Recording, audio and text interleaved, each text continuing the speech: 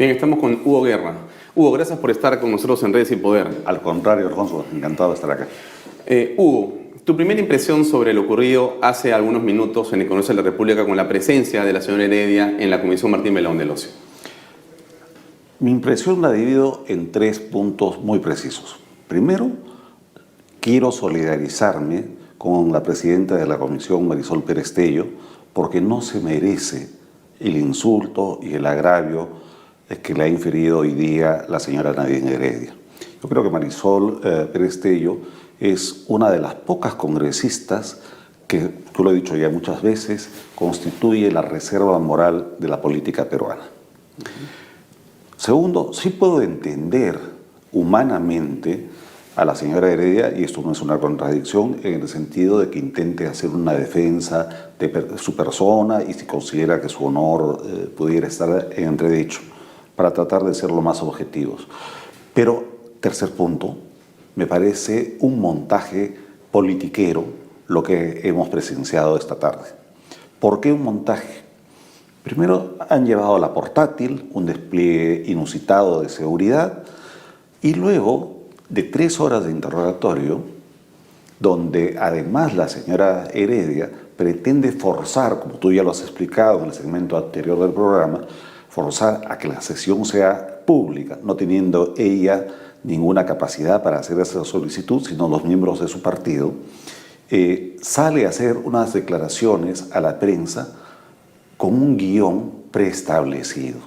Es decir, para tratar de descalificar a la comisión de una manera apabullante, de una manera de buen manejo mediático, que quizá confunda a algunos, pero que de ninguna manera invalida ni los derechos del Congreso de la República a hacer una investigación, ni el derecho que tenemos todos los ciudadanos para que se llegue a establecer de la manera más transparente y más prudente lo que realmente nos muestran los indicios de corrupción.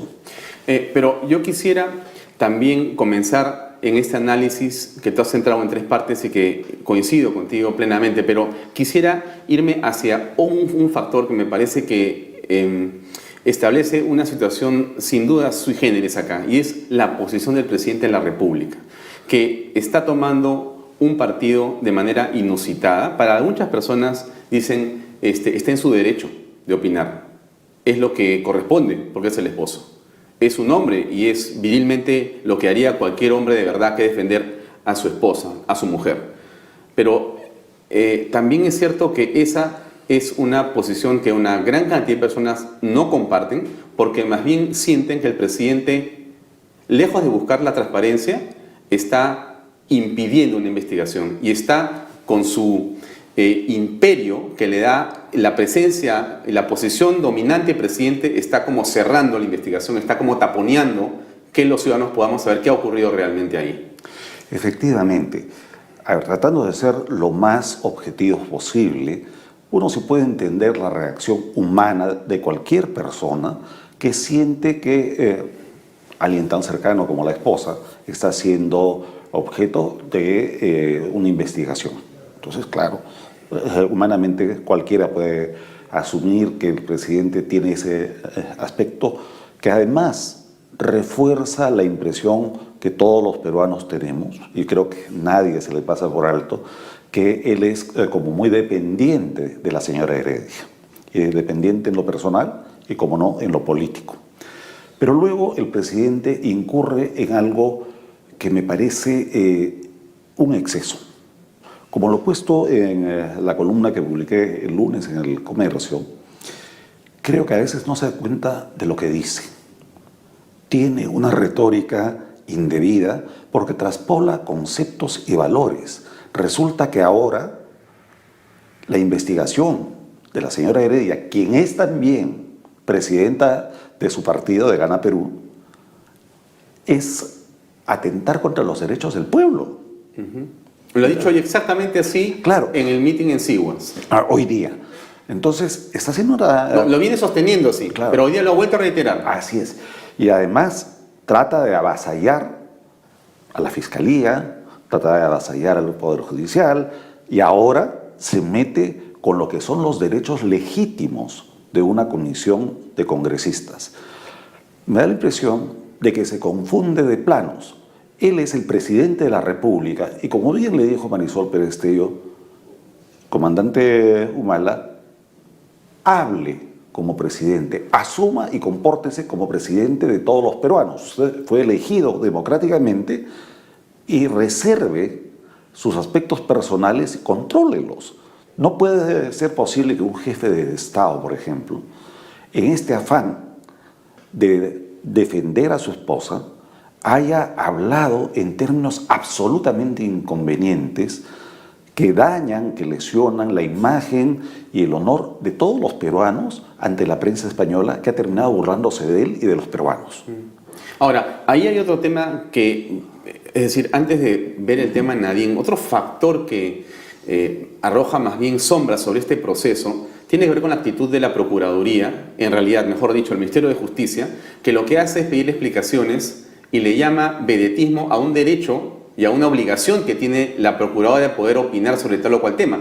Y si en esa línea seguimos el pensamiento del ministro, entonces el ministro va a decir a partir de ahora a quién o sobre quién sí puede opinar y sobre quién no puede opinar. O sea, dependerá del humor o de la amistad que tenga Palacio con tal o cual persona para ver a cuál sí le dan luz verde y venia para opinar. O sea, si tú estás viendo un tema de tal o cual persona, ahí sí puedes opinar.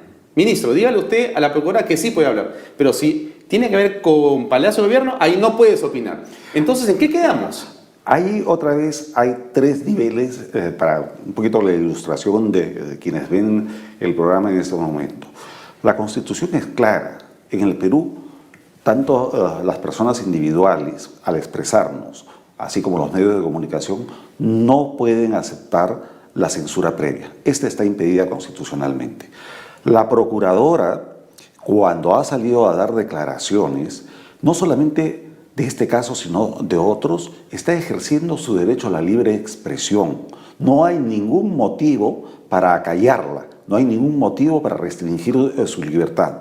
Y en todo caso, ¿por qué efectivamente se le juzga con un rasero diferente? Cuando se trató del caso Oropesa, del caso Orellana, o casos que puedan interesarle incluso como aspectos publicitarios al gobierno, ahí sí no tiene ningún impedimento. Pero basta que toque algo vinculado al Ejecutivo en particular para que la censuren.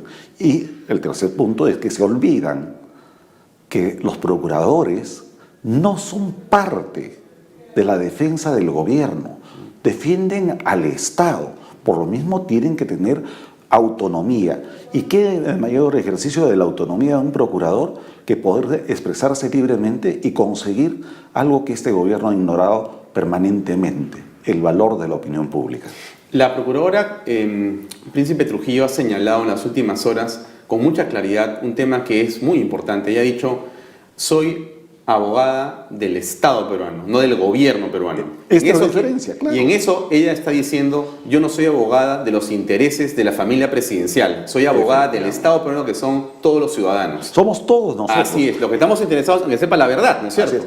El Estado somos todos nosotros, el gobierno, y ahí también el presidente se olvida, él es simplemente un mandatario. Y un pasajero. Y es un pasajero. Nosotros como ciudadanos somos los que tenemos el poder y se lo hemos otorgado. Por lo tanto, lo voy a poner en términos muy simples, es una suerte de empleado privilegiado, sí, pero empleado nuestro, de todos los peruanos. Por lo mismo, creo que la Procuradora Príncipe Trujillo, que es además una abogada con una trayectoria impecable, no puede ni debe seguir siendo censurada. Le están forzando a renunciar. Te quería preguntar eso, ¿qué va a ocurrir si ella, presionada por las circunstancias políticas, dice, doy un paso al costado porque no puedo ejercer como debería, de acuerdo a la ética, a la moral, a los principios, mi trabajo, me tengo que ir? ¿Qué va a pasar ahí? Simplemente que vamos a caer en un momento de opacidad, es decir, de falta de transparencia total, donde aquellos procuradores que acepten venalmente o por falta de ética las imposiciones del gobierno, se presten para hacer la defensa de la familia Humala Heredia y la defensa del gobierno, cuando ese no es claramente su rol. Y eso sí sería muy grave. Finalmente, ella ha salido a enfrentar a la comisión y a dirigirse, digamos, por los micrófonos para presentar una defensa. Esa defensa en términos generales, ¿cómo la evalúas? A ver, primero la señora Heredia parece olvidar que toda comisión investigadora nunca está exenta de un tono, no diré rudo, pero sí enérgico, y que todo ciudadano que está en un proceso de investigación tiene que afrontar con tranquilidad, más aún cuando se trata de personalidades públicas. Porque lo que he escuchado hasta donde se conoce de la sesión de ahora, bueno, no ha tenido nada indebido.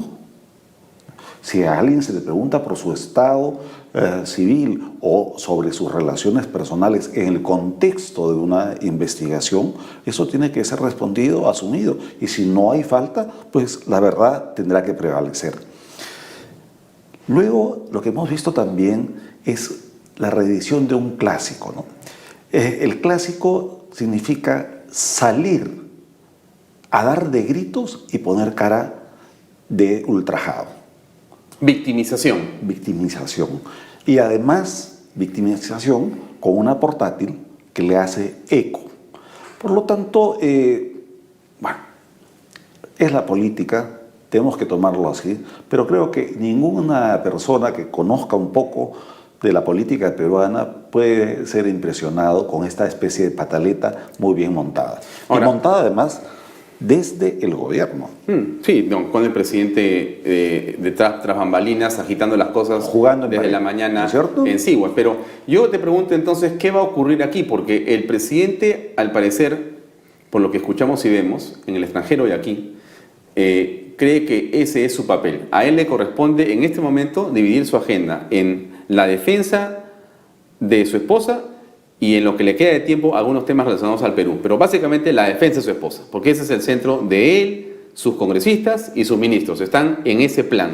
Claro, ha extrapolado la función y la gestión del gobierno y hasta el concepto de democracia, porque lo supone encarnado en su esposa y en el caso bajo investigación. Y todos los que atacan o comentan algo, Nadine, son los enemigos que son parte de esta confabulación global que existe en contra de él, porque ya también los que han escrito en contra de lo que ha hecho en España, desde España, esos españoles deben ser o fujimoristas o también apristas o de la concentración de medios de allá. Algo así debe existir.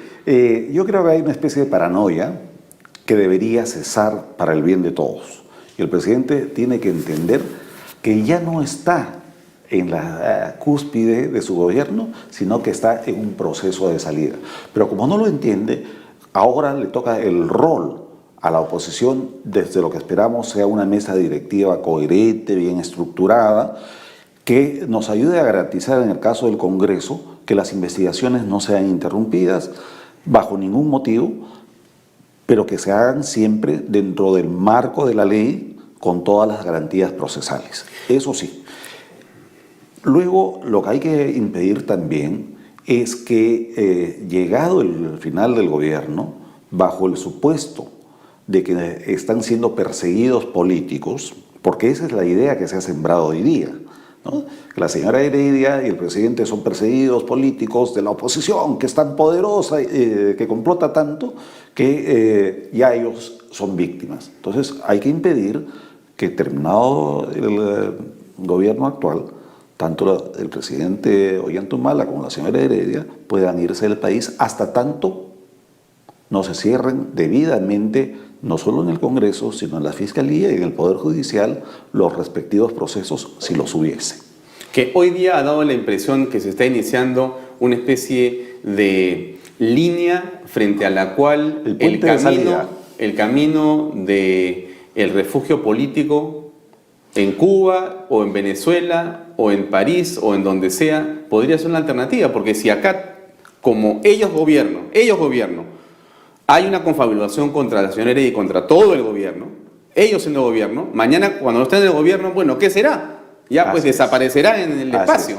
Naturalmente estamos haciendo conjeturas, porque bueno, a partir de lo que escuchamos, ¿no?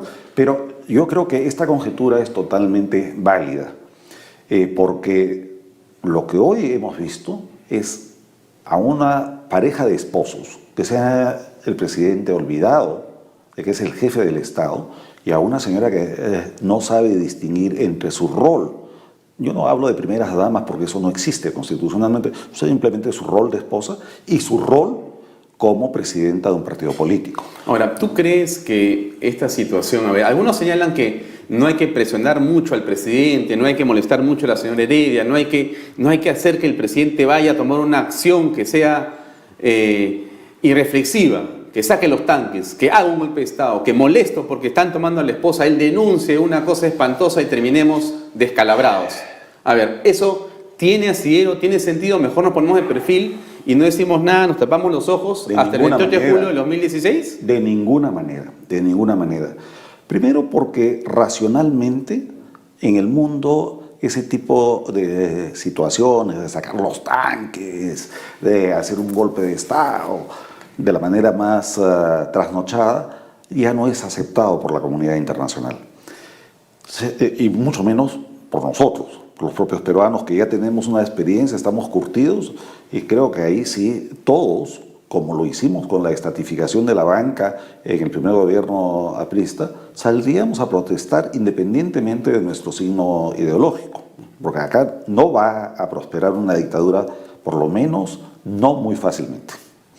Luego, lo que tenemos que imaginar es esto: el presidente ahora está cada vez más arrinconado. Él solo se ha creado un círculo de soledad junto con un puñado de asesores.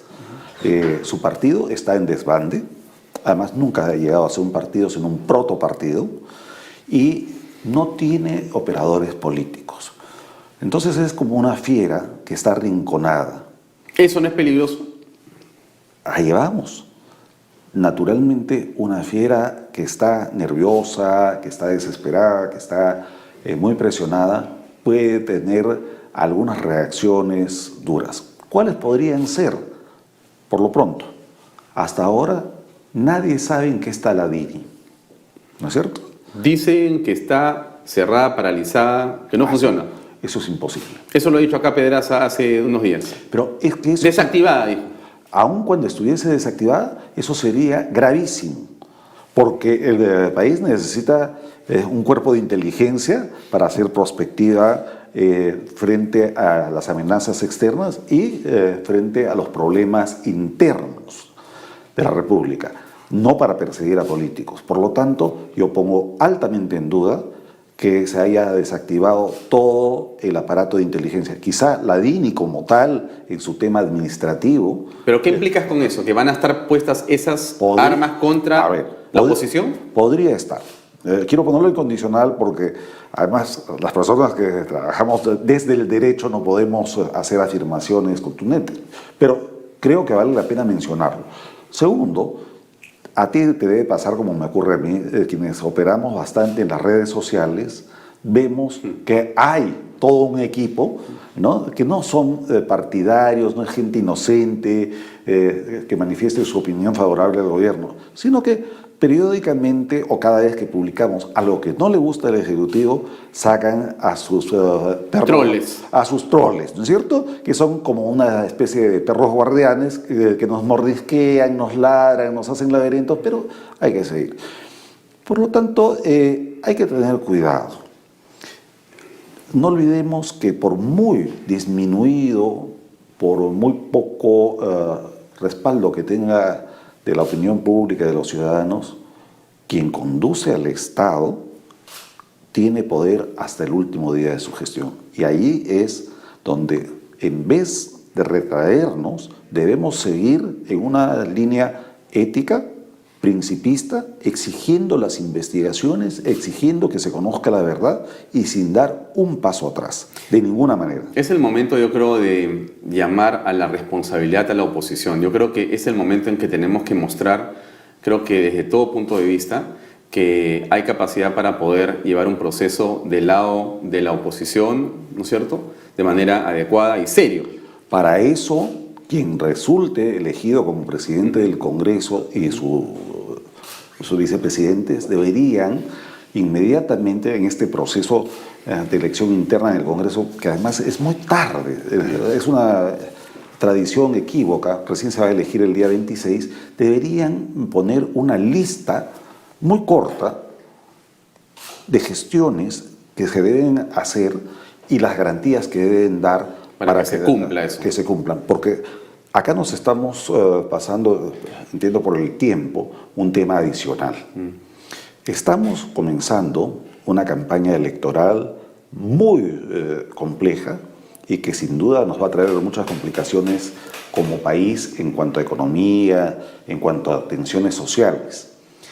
Y lo que estamos viendo es que las campañas, los viajes al interior del país que hace el presidente, si bien tiene el derecho como mandatario de exhibir sus obras y de relacionarse con la población, a menudo se confunde con la gestión de la señora Nadine Heredia otra vez, ¿no es cierto? No, lo dice el presidente abiertamente. Así es. Por lo tanto, en su doble cualidad de esposa del presidente, pero también de... Presidenta del partido. Presidenta del partido, al final es el Estado el que está financiando la campaña, entonces, del oficialismo actual. Por lo tanto, no hay las plenas garantías de la imparcialidad del gobierno.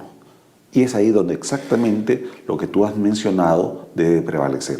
Una oposición que no sea excesiva, que no sea, extremista, pero que sí cautele no solamente las investigaciones y los temas ya más sectoriales, el manejo de la economía, la seguridad ciudadana, sino que también ponga mucho énfasis en que el proceso electoral sea limpio, ordenado, transparente y con garantías plenas. Bien, muchas gracias, Hugo, por tu A ti, presencia. Alfonso. Bien, amigos.